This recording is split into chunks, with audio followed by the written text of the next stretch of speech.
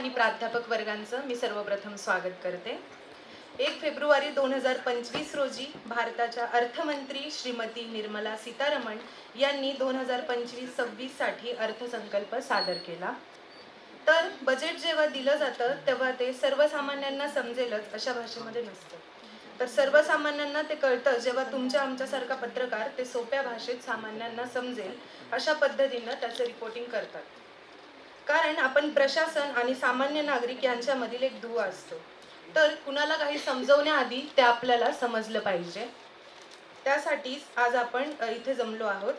आपल्या मान्यवरांच्या मार्गदर्शनाने आपल्याला नेमकं बजेटचं महत्त्व काय आहे ते समजेल।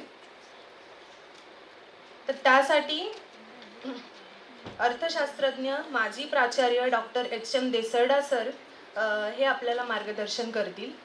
अर्थशास्त्रज्ञाबरोबरच देसरडा सरांची पर्यावरण शास्त्रामध्ये देखील खूप मोठी खासियत आहे।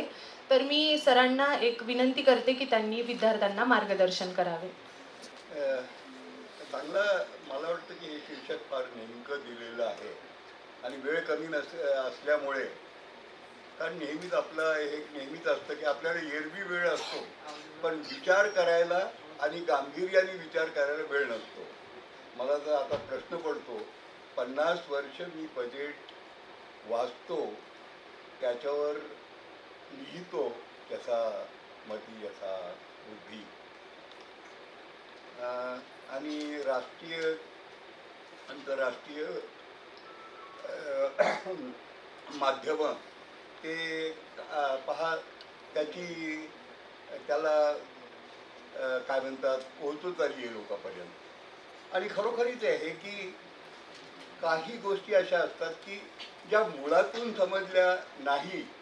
म्हणजे आता हे जे आपलं स्थिती आहे की 3री 5वीच्या मुलांना अक्षर नाव ओळखता येत नाही आणि गणित वगैरे काही करता येत नाही, ती स्थिती इतकी पुढे गेली की आता MA PhD जरी असेल अर्थशास्त्राचा, आणि मी हे फार जबाबदारीने बोलतो, 30 वर्ष 40 वर्ष MA सगळ्या जगातल्या विद्यापीठात हार्वर्डसह लेक्चर दिल्यावर मला असं लक्षात आलं की सगळ्यात जास्त निरक्षर लोक शिक्षण क्षेत्रामध्ये असल्यामुळे ती 2 दिवस ही चर्चा झाली।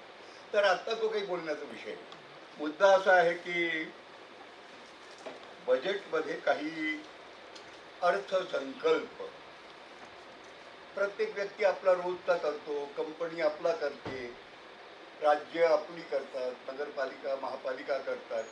हा जो अर्थसंकल्प ज्याची आपण आज चर्चा करणार आहोत तो कोणाचा अर्थसंकल्प आहे आणि कुणासाठी आहे?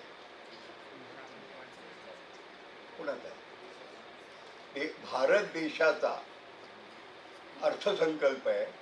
केंद्र सरकार म्हणजे खरं म्हणजे संघ राज्याचं जे सरकार असतं, कारण आपल्याकडे राज्याकडे सरकार आहे पण तो फारच बारीक मुद्दा आहे, त्यात जाण्याची गरज। त्यांनी ते पेश केलेलं आहे आणि ही संसदीय लोकशाही आहे ज्याच्यामध्ये जो राज्यकर्ता वर्ग, ज्या पक्षाची आघाडीची बहुमत आहे, त्यांची जी मंत्रिमंडळ आहे त्यांचे अर्थमंत्री हे बजेट सादर करतात। आता हा भारताचा अर्थसंकल्प म्हणजे कोणासाठी असला पाहिजे? भारताची आज मितीला लोकसंख्या किती आहे? 150। अंदाजे नका बोलू, नेमकं बोलणं पत्रकार म्हणून हेच फार नेमकं काम आहे। नियर अबाउट नाही, एक्झॅक्ट 144 कोटी आणि काही लाख आहे भारत। आणि आज आपण काही इंग्रजीत ते अनेक शब्द फेकत राहतो, ऐकत राहतो, पण त्याच्या अर्थामध्ये अर्थार्थी काही नसतं की आम्ही असं म्हणतो की आज आपण ग्लोबलाइज्ड वर्ल्डमध्ये राहतो, म्हणजे अशा जगात राहतो की जिथे निमिषार्धामध्ये संप्रेषण होतं, माहिती मिळते। आणि आता 20व्या शतकाच्या उत्तरार्धामध्ये जे सुरू झालं ते परत उलटं फिरतंय की काय, कारण आता नेशन स्टेट हे पुन्हा बलिष्ठ व्हायला लागली आणि अमेरिकेत जे सुरू झालं त्याच्यापासून आता हे फार सरळ आहे। तर 144 कोटी लोकांसाठी असलेले हे बजेट भारताची जगामध्ये काय स्थिती आहे आपली? 2.4% जमीन, भारताचं ची लोकसंख्या ही आता जी सांगितली ती आहे 18%. भारताचा जागतिक अर्थव्यवस्थेमध्ये आजच्या घडीला वाटा किती आहे?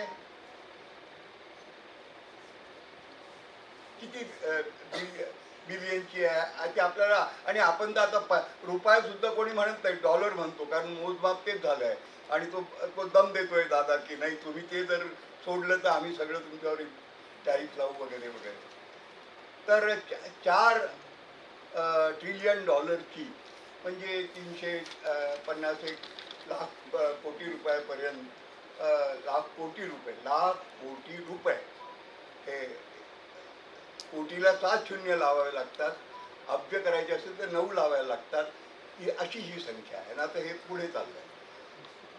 तर त्यामध्ये ती आपली, पण आपल्या लोकसंख्येसाठी जे गरजेचं आहे धान्य ते आपण पुरेसं पिकवतो का? हो, पिकवतो. ते नेमकं काय आहे, किती आहे, त्याचे सगळे आकडे येतात. आणि अर्थसंकल्पामध्ये हे जे ज्याला हे लोक पिवळे पेपर म्हणतात, म्हणजे जे economic time, business standard, financial express, याच्यातून जे विश्लेषण आलं ना, आता माझ्याकडे 10-12 पेपर वेगवेगळ्या कारणासाठी येतो. आणि जेव्हा मी मराठी पेपर पाहतो, आता त्या ताई म्हणाल्या की आपल्याला ते लोकांना, सामान्य लोकांना समजून सांगायचं आहे, तर त्याच्यामध्ये मला इतकी तफावत दिसते की नेमके संकल्पना नसतात. आता तर शब्दावली आली आहे, हे आहे आणि ते सगळं काम करते, तरी पण ते नेमकं लाख कोटी याच्यातले सगळे घोटाळे जे व्हायचे ते होतात, दशांश आणि डेसिमलचं. तर मला वाटतं की पहिल्यांदा हे GDP नावाचं जे प्रकरण, मी 4-5 संज्ञा घेऊन फक्त तुम्हाला सांगणार आहे. मग बाकी तर चर्चेला वेळ असला मला वाटतं फार नाही. आता हे सगळं लग्नघाईसारखं उलटा सगळं दिसतंय, तर ते करूया. पण विचारायला काय, मी येत राहतो तेव्हाही तुम्ही बोलू शकता माझ्या. GDP म्हणजे काय?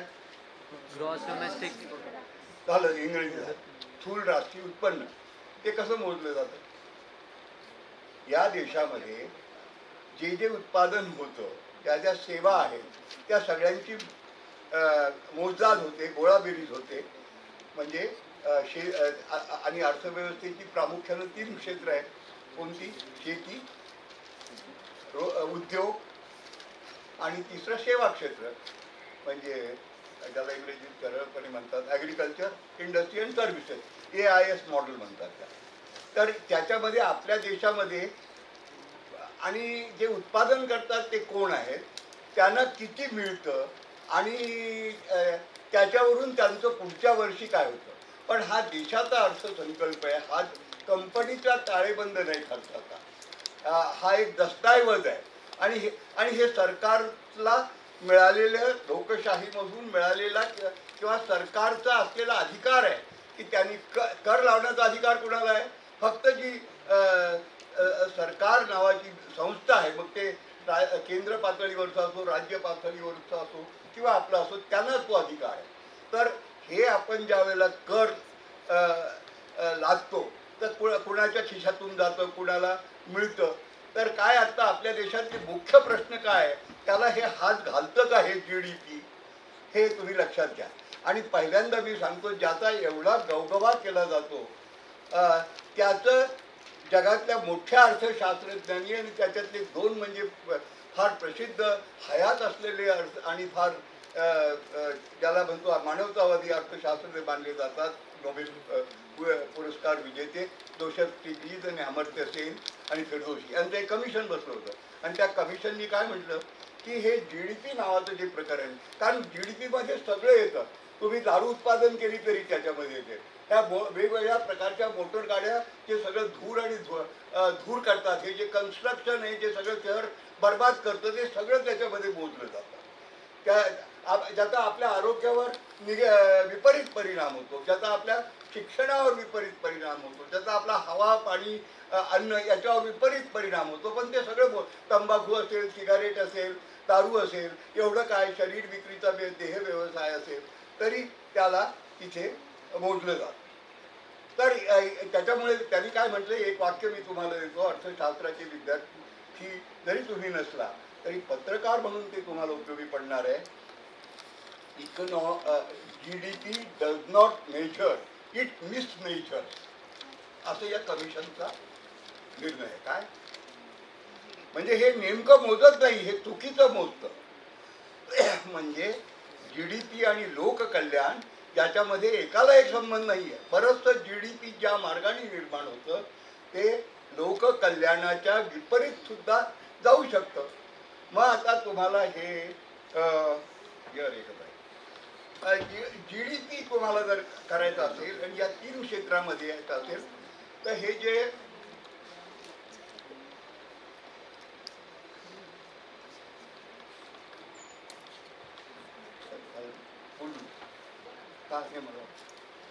की हे जे आहे की या 3 क्षेत्रामध्ये होतं. तुम्हाला माहिती आहे की जसं GDP मेजर करत नाही म्हणजे GDPला नवा एक संदर्भ आहे. GDP मध्ये दरडोई उत्पन्न एक मोजतात, पर कॅपिटा इन्कम, ते माहिती आहे ना तुम्हाला. भारताचं दरडोई उत्पन्न आपण जर 200 राष्ट्र घेतली तर त्याच्यात किती येतं, कुठल्या पातळीवर आहोत आपण त्याच्या. आज फक्त आपण या प्राथमिक आजचा जो उद्देश आहे त्याच्यावर ते जाऊया. तर GDP दुसरा शब्द म्हणजे काय होतं, हे आपलं दरडोई जी म्हणत होतो आपण 140-50 अशा रँकमध्ये आहोत तिथे. दुसरा एक रँक हे सगळं कुणासाठी आहे, हे मानवांसाठी आहे. आणि मी आधी म्हटल्याप्रमाणे 144 कोटी लोकांच्यासाठी हे बजेट अर्थ 144 कोटी लोकांच्यासाठी हे बजेट असेल तर यात कोण कुठे आहे. तर मी त्याची ढोबळ विभागणी आज अशी करतो की 100 कोटी लोक आज या बजेटमधून बाद आहे. तर तुम्ही म्हणाल असं कसं म्हणता, त्यांच्यावर विपरीत परिणाम होणार आहे. म्हणजे गेल्या वर्षी त्यांचं जे आयुष्य होतं त्याच्यापेक्षा बरं आयुष्य पुढच्या वर्षी त्यांना मिळणार आहे का, ते सुधारणार आहे का. तर याचं सगळे विश्लेषण सांगतात की ते सुधारणार नाही. आणि हे जे मी तुम्हाला AIS मॉडेल सांगितलं, शेतीमध्ये काम करतात लोक, उद्योगात करतात आणि सेवा क्षेत्रात करतात, तर किती याचे सुद्धा आकडे तुम्हाला माहीत असले पाहिजे. आपल्या देशात आपण म्हणतो शेतीप्रधान देश आहे, पण काम करणारे लोक एकूण लोकसंख्येच्या 40-45% असतात, की 15 ते 59 या वयोगटातील लोकसंख्या असते. म्हणजे त्याला वर्किंग पॉप्युलेशन म्हणतात. तर ते किती लोक आपल्या देशात शेती क्षेत्रात काम करतात. एकूण जर 60 कोटी लोक काम करणारे आहे एकंदरीत, तर किती लोक शेती, त्याच्या टक्केवारीने किती लोक शेती क्षेत्रात काम करतात कोणाला माहीत आहे. हे रोज येतं. मी म्हणजे क्षमा करा, मी तुम्हाला विचारतो आणि काहीतरी कोड्यात टाकतोय तुम्हाला आणि तुमच्या शिक्षकांना, असं नका. हे रोज इतकं येते आणि का आपल्याला ते पकडता येत नाही. म्हणजे आपल्याला ते अजून त्याच्याकडे आपण वळलो नाही. असं काही नाही की हे अगदी रॉकेट सायन्स आहे आणि आपल्याला कळणार नाही. 46% लोक शेतीच्या क्षेत्रात काम करत आहेत आणि करोनानंतर ते वाढलंय. आणि आता शेतीमध्ये काम करणाऱ्या स्त्रिया आणि घरकाम करणाऱ्या स्त्रिया त्यांना त्याच्यात टाकल्यामुळे ते असं दाखवायला लागलं की स्त्रियांचं म्हणजे जेंडर बजेटच्या दृष्टीनं एक प्रगतीचं पाऊल आहे. अजून त्यांच्या जीवनमानात काही फरक नाही पडला, पण तो आला आहे होता मुद्दा. त्याच्यानंतर जास्त नंतरचे लोक कुठे काम करतात शेतीनंतर, तर ते करतात या बांधकाम क्षेत्रामध्ये, जे काय कन्स्ट्रक्शनचं सेक्टर आहे. 16% लोक तिथे काम करतात. म्हणजे 62% हे लोक झाले. कारखानदारीमध्ये 10% लोक काम करतात. मॅन्युफॅक्चरिंग ज्याला म्हणतात 72% लोक झाले. आणि याच्यापैकी तुम्ही जर उत्पन्न घेतलं, कोण काम करतं आणि त्याला किती मिळतं त्याच्या संख्येच्या मानाने, त्याचा जर तुम्ही हिशेब लावला तर हे 46% लोक. आणि खरं म्हणजे शेती हा असा एक व्यवसाय की जे सगळ्यांच्यासाठी जीवन आवश्यक आहे, कारण सगळ्याला अन्न खायचं आहे. पण ते जरी सोडलं आणि तुम्ही त्यांचं उत्पन्न जरी मोजलं शेती क्षेत्राच्या वाट्याला किती येतं, तर देशाच्या पातळीवर यंदा 16% येणार आहे. आणि महाराष्ट्रात तर ते आपलं औद्योगिक राष्ट्र जास्त असल्यामुळे, राज्य असल्यामुळे 11% येतं. आणि या उलट सेवा क्षेत्रामध्ये जे लोक काम करतात, वरचे 10%, त्यांच्या वाट्याला तुमच्या एक 50%पेक्षा जास्त उत्पन्न येतं. मॅन्युफॅक्चरिंगमध्ये सुद्धा त्यांच्या संख्येच्या दुप्पट येतं. म्हणजे ग्रोथ रेट वाढल्यानंतर कुणाला किती GDP नंतर दुसरा संकल्पनात्मक मुद्दा तो तुम्ही डोक्यात घ्यायला पाहिजे की ग्रोथ हा शब्द बजेटमध्ये 1000 वेळेला येतो आणि सगळी ग्रोथ ही काही वांछित नसते. तसं मी सांगितलं की बाबा दारूचं उत्पादन होते, त्याच्यानंतर तंबाखूचं उत्पादन होते, बनावट औषधाचं उत्पादन होते, इव्हन मोटर गाड्यांचं उत्पादन होते. ते वेलफेअरच्या दृष्टीनं सगळं उपयोगी असेल असं नाहीच आहे. पण आत्ता आपण त्याच्या डिटेलमध्ये न जाता तुमच्या पुढे एक समीकरण पत्रकार म्हणून कायमस्वरूपी आणि जे चांगले पत्रकार आहे त्यांना हे समजलं म्हणून ते चांगली पत्रकारी करू शकतात. ग्रोथ इज नॉट डेव्हलपमेंट हे एक पक्क समीकरण लिहून घ्या. वाढवृद्धी म्हणजे विकास नव्हे. बरीचशी वाढवृद्धी निरर्थक आहे, बरीचशी अनावश्यक आहे. आणि ग्रोथला जर डेव्हलपमेंट व्हायचं असेल तर ते मानवाच्या कल्याणाच्या दृष्टीनं त्याला मोजलं पाहिजे. आणि ते मोजण्यासाठी मानवाची स्थिती काय, शिक्षण म्हणजे त्याची ज्या माणसाच्या आपल्या संविधानाने आम्हाला आमच्या लोकांना जे अधिकार दिलेले आहेत की प्रत्येकाला, आता तर ते मान्य केलं सुप्रीम कोर्टाने देखील की प्रत्येकाला हवा पाणी शुद्ध मिळण्याचा अधिकार आहे. तो जीवनाधारित अधिकाराचा भाग आहे. अन्न मिळालं पाहिजे, हवा पाणी अन्न वस्त्र निवारा शिक्षण आरोग्य आणि सामाजिक सुरक्षितता आणि किमान ऊर्जा एवढं सगळ्यांना मिळालं पाहिजे.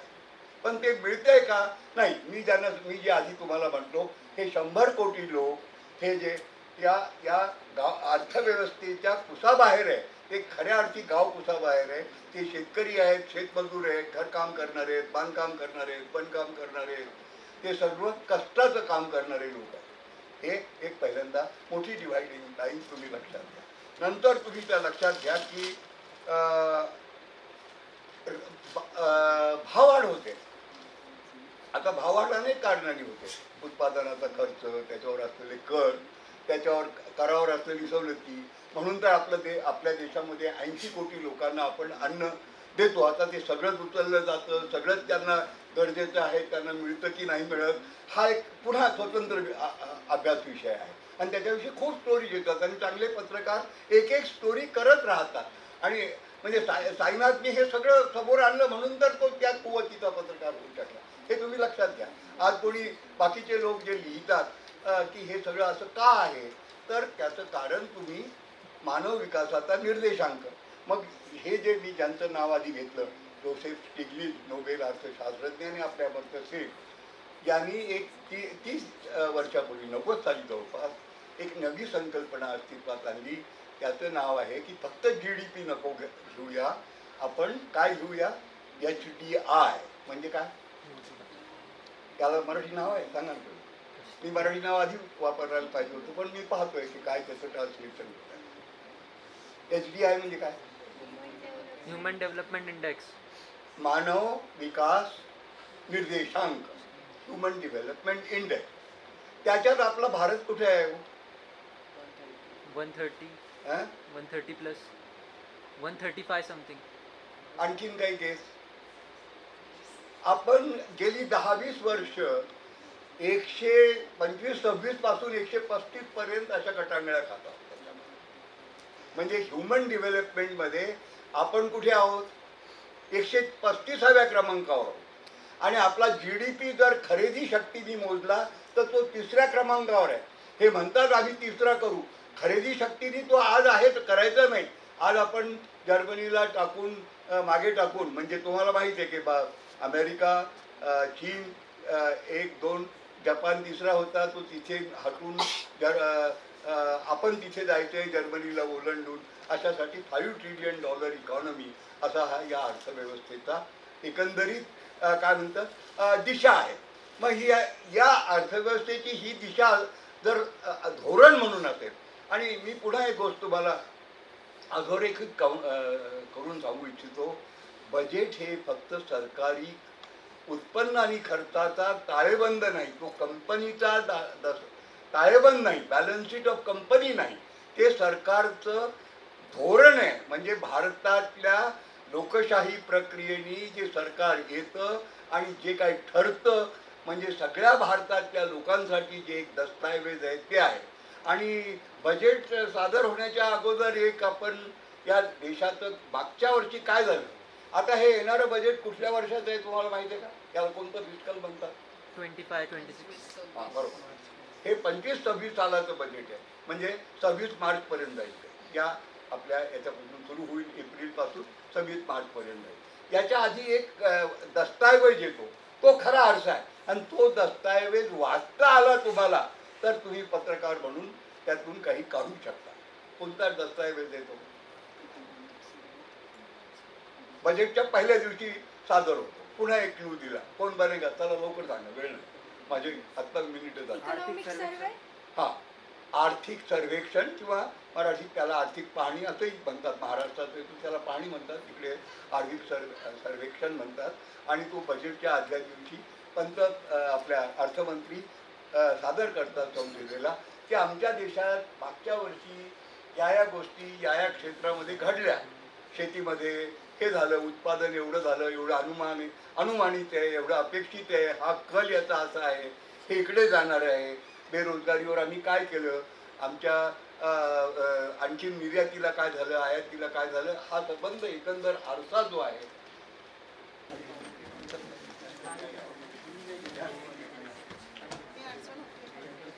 Yes, ma'am.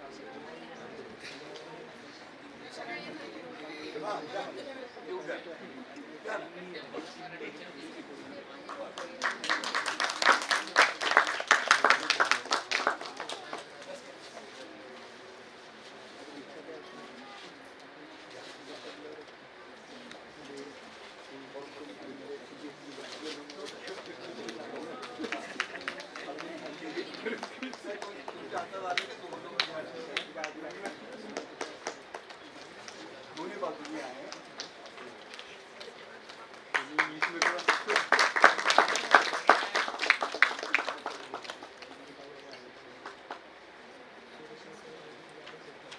सगळ्यांचं अभिनंदन.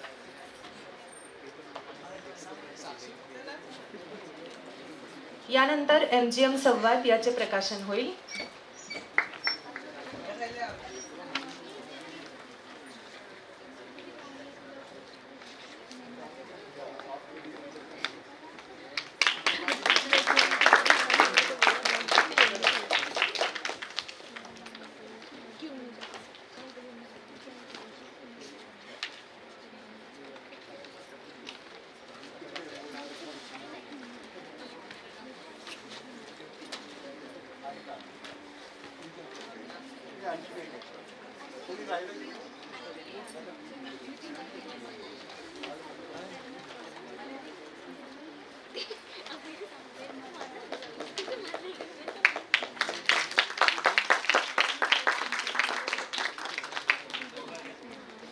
यानंतर मी राशी जैन मॅडमला विनंती करते की त्यांनी आम्हाला मार्गदर्शन करावे. ये पकड़ो. देना 1 मिनट.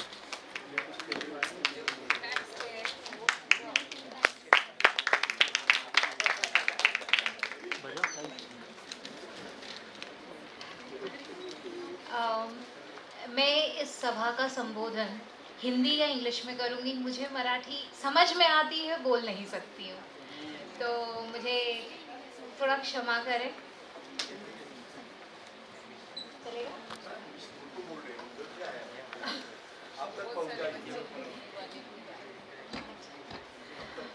कोशिश रहेगी, क्योंकि कुछ टर्म्स ऐसे रहेंगे मेरे जो इंग्लिश के ही रहेंगे, क्योंकि अर्थशास्त्र को मैंने हिंदी में नहीं पढ़ा, इसलिए कुछ शब्दों में मेरी आई एम हैंडीकैप देयर, तो कहीं असुविधा होती है, बट कोशिश करूँगी जितना हिंदी में बोल सकूँ.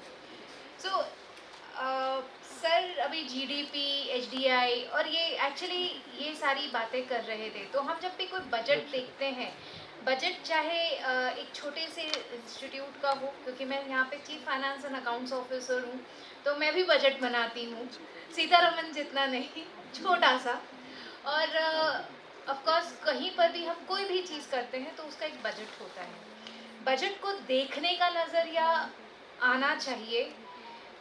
सर ने जो बातें बताई, GDP, हम कुछ भी जो चीज़ देखते हैं वो हम बड़े लेवल पर उसका क्या इम्पैक्ट होता है वो देखते हैं। हम डे टू डे अफेयर्स के जब हम एनुअल बजट जैसे फिस्कल बजट की बात कर रहे हैं या फिस्कल डेफिसिट की बात कर रहे हैं, तो पहली बात मैं बता दूं, कितने लोगों को पता है what is fiscal year? Like it start from April, sorry, April, 1st of April to 31st of March. It is a financial year. अब फाइनेंशियल ईयर होता क्या है, हर कंट्री का अलग होता है। अमेरिका में वो फॉलो करते हैं फ्रॉम 1 जनवरी, वो कैलेंडर ईयर को फिस्कल ईयर मानते हैं।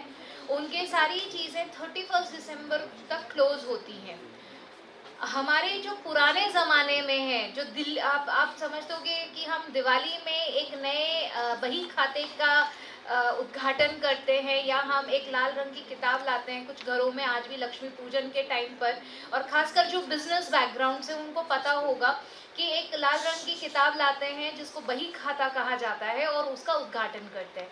तो हमारी जो प्राचीन संस्कृति में जो फिस्कल ईयर होता था वो दिवाली टू एक दिन दिवाली के पहले। अब उसको कभी दिवाली 25 अक्टूबर को आती है, कभी 4 नवंबर को, तो उसमें हमारा कोई भी चीज़ का एक हार्मोनाइज्ड वे नहीं था, एक कोई सिस्टमैटिक चीज़ नहीं थी जिससे हम उसको इवैल्यूएट कर सकें। सो हमने फिर एक अडॉप्ट किया सिस्टम कि हम 1 अप्रैल किसी भी साल के पहले अप्रैल से लेकर 31 मार्च को हम अपना एक फाइनेंशियल ईयर मानेंगे, जिसमें हम पूरे साल का पूरा लेखा जोखा उसको हम एनालाइज करेंगे। That is what is fiscal analysis और फिस्कल ये। अब सर ने बताया फिस्कल डेफिसिट या GDP is gross domestic product. Now हम कोई भी चीज़, हम कोई भी प्रोविज़न लेकर आते हैं, कोई भी बदलाव लेकर आते हैं, उसका हमारा जीडीपी में इम्पैक्ट होता है, हमारे ओवरऑल फिस्कल डेफिसिट सरप्लस पे इम्पैक्ट करता है और हमारे आगे के विजन को करता है। ये तो एक छोटी सी बेसिक इंट्रोडक्शन मैं बता रही हूँ क्योंकि आप लोगों को कुछ चीज़ों को जानना ज़रूरी है।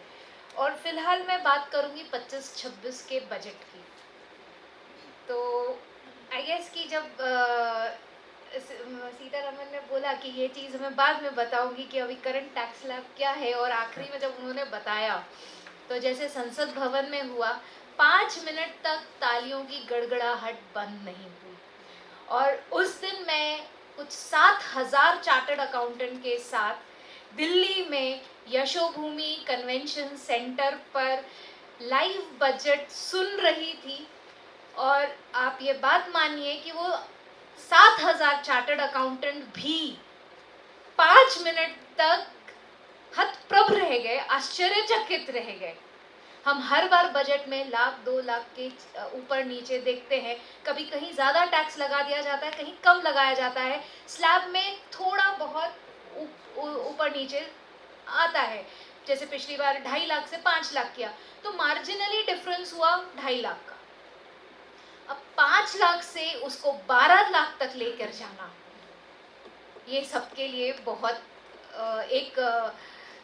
It's a happy surprise.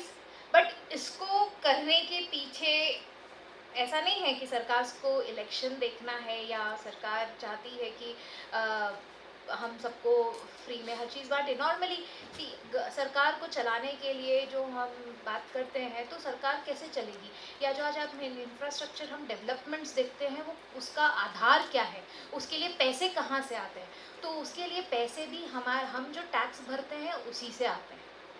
इसीलिए कंपनीज को, कॉरपोरेट्स को 30% लगाया जाता है, इंडिविजुअल्स को एक स्लैब रेट में डाला गया, उसमें कुछ एग्जेम्पशंस हर बार देते हैं।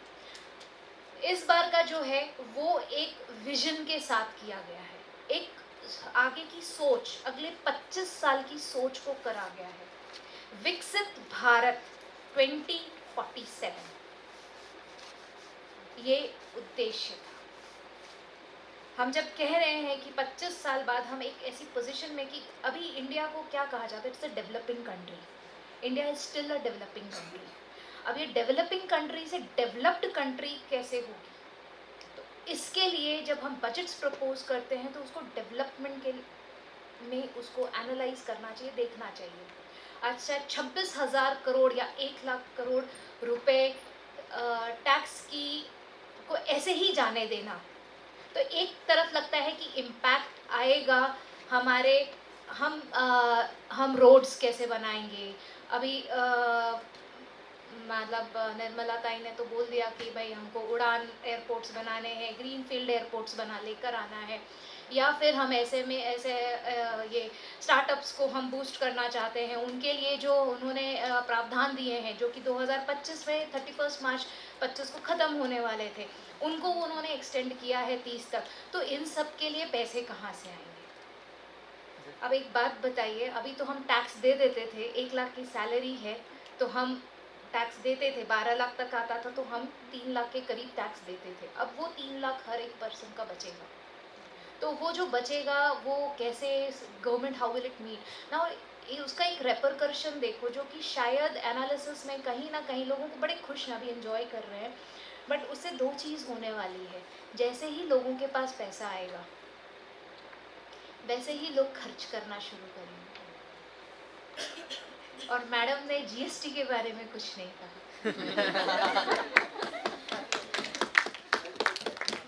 वही स्मार्टली मैडम ने कुछ नहीं कहा। और ये चीज़ आज की नहीं है, आज के 10 साल पहले ये सोच आई थी कि हम धीरे धीरे इनकम टैक्स खत्म कर देंगे। 12 लाख में कितने सारे लोगों को फायदा हुआ है। 70% of the people will not pay tax. TDS मैं बता रही हूँ, मेरी यूनिवर्सिटी में कम से कम 50% लोग टैक्स से बाहर हो जाएंगे जो अभी दे रहे हैं। मेरे को टीडीएस ही नहीं काटना है, तो ये पैसा उनका सरकार को नहीं जाएगा, उनके हाथ में जाएगा। हाथ में जाएगा तो या तो वो इन्वेस्टमेंट करेंगे, घर लेंगे, या फिर वो खुद पर खर्चा करेंगे, या अपने सोशल सिक्योरिटीज़ के लिए इंश्योरेंस और ये सब में खर्च करेंगे। अब आप ये चीज़ देखिए, हम जब मोबाइल का रिचार्ज कराते हैं उस पर जीएसटी लगता है। कभी किसी ने सोचा कि ये लग रहा है? होटल में खाना खाते हैं तो 5% से लेकर हम 18% तक टैक्स दे आते हैं। हम सोचते नहीं हैं, वो पिज़्ज़ा मंगाते लगता है कि हम मंगाया हमने 500 का पिज़्ज़ा, पर 500 के बाद 565 रुपये दे रहे हैं, तो 65 रुपये किधर गए ये नहीं सोचता कोई, है ना। What is it? This is an indirect tax. आप सुबह से उठो, शाम तक, रात तक, सोने तक ये सोचो क्या क्या चीज यूज करी है। हर एक चीज जो आप यूज कर रहे हो, टूथपेस्ट पे 18%, खाने के प्रोडक्ट्स में पॉपकॉर्न में जीएसटी 5% से लेकर 28% पहुंच गया। यहाँ पर खाओगे अगर शिलके मैडम घर से बनाकर लाएंगे तो उसमें शायद टैक्स ही नहीं लगेगा, क्योंकि वो मक्के के दाने को कुकर में या माइक्रोवेव में करके लाएंगे तो वो हमारे लिए। बट द मोमेंट आप उसको पीवीआर में या फिर कहीं अच्छी जगह खाओगे, सॉल्टेड डालोगे, उसको फ्लेवर डालोगे, तो you keep adding tax on. और ये जब हमारे पॉकेट से इनडायरेक्टली जा रहा है ना, तो उसका इम्पैक्ट हमको पता ही नहीं चलता है। हमको ये दिखता है इनकम टैक्स गवर्नमेंट इतना ले रही है। आज से 10 साल पहले ये सोच निकाला था कि हमको धीरे धीरे इनकम टैक्स की आदत ही खत्म कर देनी है, हम धीरे धीरे उसको फेज आउट कर देंगे। What will be applicable will be the indirect tax. So खुश हो जाइए, खर्च करिए, खुद पर भी करिए। अब एक सेल्फ ऑक्यूपाइड हाउस प्रॉपर्टी, मुझे नहीं पता यहाँ पे कितने लोग टैक्स के में नॉलेज रखते हैं या उनके प्रोविजंस को जानते हैं। आप लोग जर्नलिज्म के बच्चे हैं तो शायद टैक्स के प्रोविजंस को उतने अच्छे से नहीं समझ पाते होंगे या आता होगा, बट मैं एक टैक्स एक्सपर्ट हूँ तो मैं बता सकती हूँ। सेल्फ ऑक्यूपाइड हाउस प्रॉपर्टी अब एक बंदा एक की जगह 2 रख सकता है, ठीक है। अब एक घर तो पहले मजबूरी थी, घर, रोटी कपड़ा मकान, तो एक घर हो गया। अब जब पता चला कि हम अपने इसमें थोड़ा एग्जेम्पशन और मिल जाएगा या वो माफ़ है, कर से मुक्त हो जाएंगे, हम सब प्लानिंग करते हैं। मैडम ने भी हाउसिंग लोन की प्लानिंग कर रखी करिए नहीं करिए, है ना। वो क्यों करके रखा है? टीडीएस कटवाने की जगह मैडम उसको डाल देते हैं कि इससे मेरा घर भी हो जाएगा, टैक्स देने से भी बच जाऊंगी, हाउसिंग लोन इंटरेस्ट मेरा फ्री, ईएमआई मेरा एग्जम्प्ट है इतनी सी में। ये ओल्ड रेजिम की बात है। हाँ, अब मैडम ने इतना नहीं सोचा, लेकिन मैं बताती हूँ उनके जो कंसल्टेंट है वो उन्होंने उनको कैलकुलेशन करके दिया कि मैडम आप ऐसे करो। यार ये चीज़ है, एक ना लाइटर नोट बता रही हूँ मैं, बट ये एक नॉर्मल सैलरीड या एक एवरेज मिडिल क्लास बंदे की सोच होती है कि हमें एक बेसिक मिनिमम रिक्वायरमेंट है, दैट इज़ रोटी कपड़ा मकान। मकान एक हो गया, अब आप 2 करोगे, उससे रियल एस्टेट बढ़ेगा,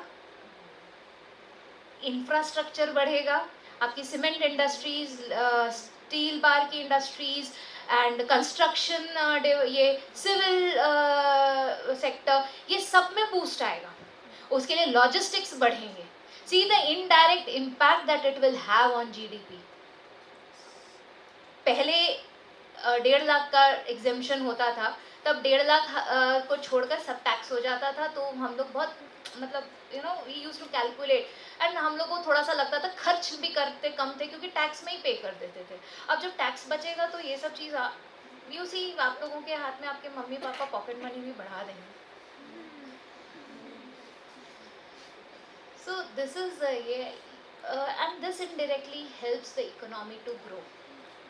हम अब दूसरे कुछ प्रोविजंस की बात करें, टीडीएस को थोड़ा ईज आउट करने की कोशिश करी है उन्होंने, कुछ प्रावधान को सिंपल किया है, कुछ जगह पर उन्होंने मैं उस टेक्निकल चीज़ में काफ़ी अच्छा लंबा लेक्चर दे सकती हूँ, बट आई अंडरस्टैंड कि सबको नहीं समझ में आएगा इस सब को, तो मैं थोड़ा सा उसको छोटा रखूँगी। देन स्टार्टअप्स को बूस्ट मिलेगा, लोगों को, जिन लोगों को नौकरियां नहीं मिल रही है, तो this will indirectly help the made in India जो मोदी जी ने चलाया था, मेड इन इंडिया। मैम वो तो खत्म हो गया। क्या? उसका कोई अस्तित्व दिख नहीं रहा है ना। नहीं दिख इसलिए नहीं रहा है क्योंकि आप लोग सिंसियरली उस पर एफर्ट नहीं लगा रहे हैं। हम इजीली यंग जनरेशन का स्टार्टअप, आपको इतना बेनिफिट मिला है, government is giving you so many benefits in startups.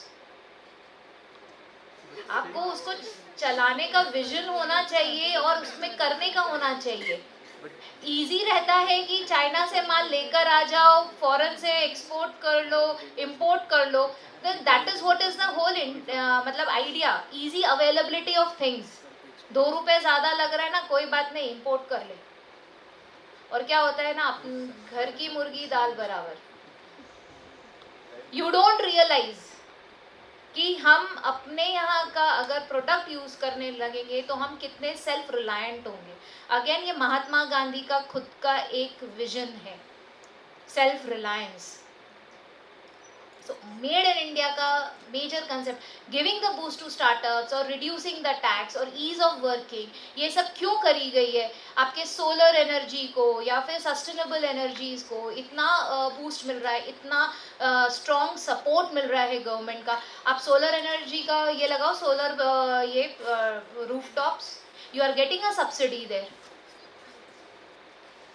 क्यों कर रहे हैं? सस्टेनेबल एनर्जी, कार्बन फुटप्रिंट कम करने के लिए। So indirectly this is all going to help the economy to grow. So this is anyone can ask me any question specific, कुछ अगर particular चीज में अगर जाना है तो। What is the full form of TDS? What exactly it is? It is tax deducted at source. मतलब normally किसी का इनकम होता है तो टैक्स उसको देना है, ठीक है। अगर मतलब मैं फाइनेंस ऑफिसर हूँ, मैं आज मैडम को या मुझे एक सैलरी मिलती है तो ये रिस्पॉन्सिबिलिटी एक उस इनकम जिसको आ रही है उसकी होती है, लेकिन कहीं ना कहीं उसमें एक गैप था, तो इसीलिए टैक्स डिडक्टेड एट सोर्स का एक प्रावधान आया जहाँ पर एम्प्लॉयर की ही जिम्मेदारी है जो टैक्स काट ले, या जो खर्चा कर रहा है, जैसे हम कॉन्ट्रैक्टर को कोई काम देते हैं तो उसके पे भी टीडीएस काटते हैं, या हम किसी के साथ कोई कमीशन किसी को देते हैं तो उसमें भी, तो that is what is it at source, उसको एट सोर्स ही काट लो। मतलब अगर आपकी 1 लाख की सैलरी है तो 10, अगर आपका पूरा एनुअल टैक्स की लाइबिलिटी 1,20,000 आती है तो हर महीने 10,000 आपके सैलरी में से कट कर आपको आएगा, तो आपको हाथ में आएगा 90,000। तो ये है tax deducted at source. Tax collected at source भी एक है, टीसीएस, टाटा कंसल्टेंसी सर्विसेज नहीं, सबको टीसीएस और सारे बड़ी बड़ी मल्टीनेशनल कंपनीज है ना, टीसीएस बोलूँगी तो sir tax collected at source. So tax collected at source क्या है? टैक्स कलेक्टेड एट सोर्स है जहाँ पर मैं अगर परचेज कर रही हूँ कोई सामान किसी से, तो पहले तो मेरा अगर कॉन्ट्रैक्ट है तो वो मेरी जिम्मेदारी है। लेकिन अगर मैं किसी को कुछ जैसे रेंट है, रेंट में टैक्स कलेक्शन एट सोर्स का है, जहाँ पर अगर मैं अभी जो पहले था 2,40,000 तक रेंट पर एग्जेम्पशन था, जहाँ पर आपको टैक्स कलेक्शन एट सोर्स नहीं करना है। अभी क्या है, आपका जो लैंडलॉर्ड है अगर साल में या महीने में 50,000 से ज़्यादा का रेंट दे रहा है, तो वो क्या करेगा, 50,000 में से 1% काट के आपको देगा। That is tax collection at source. और वो काट कर आपके नाम से गवर्नमेंट में जमा कर देगा, जो कि आपके पैन नंबर में से कनेक्टेड है। इसके लिए पूरा एक टैक्स का सेशन लगेगा समझाने में, थोड़े कॉम्प्लिकेटेड टर्म्स है। मैं तो पिछले 25 साल से इस फील्ड में हूँ, 30 साल से इस फील्ड में हूँ, तो मुझे मतलब मेरे लिए तो बहुत इजी है बोलना, बट आप लोगों के लिए समझना थोड़ा मुश्किल है। तो टैक्स कलेक्शन एट सोर्स है, जहाँ पे सोर्स ही टैक्स काट के आपको पेमेंट करेगा। टीडीएस इज कि जहाँ इनकम हम दे रहे हैं किसी को, उसको उसके इसके लिए जैसे मैंने बताया कॉन्ट्रैक्टर, कमीशन, हायरिंग सर्विसेज, इन सब के लिए, सैलरी के लिए हम जो एम्प्लॉयर या जो सर्विस रिसीवर है वो जो टैक्स काटता है, that is tax deducted at source. So 2 चीज़ें हैं, ठीक है। और कुछ जीएसटी जो रहता है, तो ऐसा क्यों है कि समझो हमने 2 किलो तांबूल राइस, उसको हमने खरीदा तो ज़्यादा जीएसटी लगता है, और अगर हमने 25 केजी खरीदा तो कम जीएसटी। शायद मैडम वॉल्यूम का, ऐसा तो मैं थोड़ा एनालाइज करना पड़ेगा। वैसे एग्रीकल्चरल प्रोडक्ट में जीएसटी नहीं है मैडम। मॉल में अगर राइस खरीदी करते हैं तो उसके ऊपर दैट इज पैकेज है इसलिए, पर अगर आप किसान से खरीदेंगे चावल तो उसमें नहीं होगा। रेट आपका सेम होगा। आपको वॉल्यूम की वजह से लग रहा है कि एक जगह कम लग रहा है और एक जगह ज़्यादा लग रहा है। आपका जीएसटी है वो इनडायरेक्ट टैक्स का एक पार्ट है, एंड वो आपका 5% से लेकर 28% तक जाता है। कुछ चीज़ों में 28% तक जाता है, खासकर लग्जूरियस आइटम्स में 28% का स्लैब है। टेक्निकली नॉर्मली 18% रहता है अमूमन सब में। उसमें भी 2 तरह के होते हैं, जो जीएसटी भी है, सीजीएसटी और एसजीएसटी और आईजीएसटी। अगर आप इंटरस्टेट कर रहे हैं, अगर आपने मान लो आप से सपोज आपको, क्योंकि आप ज़्यादा रेलेवेंटली समझ पाएंगे, एमजीएम ट्रस्ट के पास जीएसटी का रजिस्ट्रेशन है, एमजीएम यूनिवर्सिटी के पास नहीं है। बट आप अगर कोई होटल में out of the state, Maharashtra के बाहर आप जाएंगे और आप एमजीएम ट्रस्ट का जब जीएसटी नंबर देंगे तो आपको आईजीएसटी लगेगा, जो कि अगर 18% है। बट अब वही चीज़ आप महाराष्ट्र में से सपोज मुंबई गए और वहाँ पे किसी होटल में रुके और आपने एमजीएम ट्रस्ट का जीएसटी नंबर दिया, तो आपको सीजीएसटी और एसजीएसटी लगेगा। तो ये बेसिक क्लियर कर दूँ, बट ठीक है, वो बहुत टेक्निकल हो जाएगा। बजेट समजून घेताना या कार्यक्रमात आज आपण माननीय एच.एम. देसरडा सर आणि माननीय राशी जैन मॅडम यांना ऐकलं। जसं देसरडा सर म्हणाले की जीडीपी या बजेटमध्ये 100 कोटी लोक बाद आहेत, आणि राशी जैन मैडम म्हणाल्या कि एक चीज जो हम यूज करते हैं उसे सारी चीज़ों पर टैक्स लगाया जाता है। आणि मॅडमनी आपल्याला जीडीपी मधल्या खूप साऱ्या टर्मिनॉलॉजी देखील समजावल्या। या सर्व मार्गदर्शनाचा आम्हा पत्रकारितेच्या विद्यार्थ्यांना आपल्या येत्या कारकिर्दीत निश्चितच फायदा होईल असा मला विश्वास आहे। याबद्दल देसरडा सर आणि राशी जैन मॅडम यांचे मी पुन्हा एकदा आभार मानते।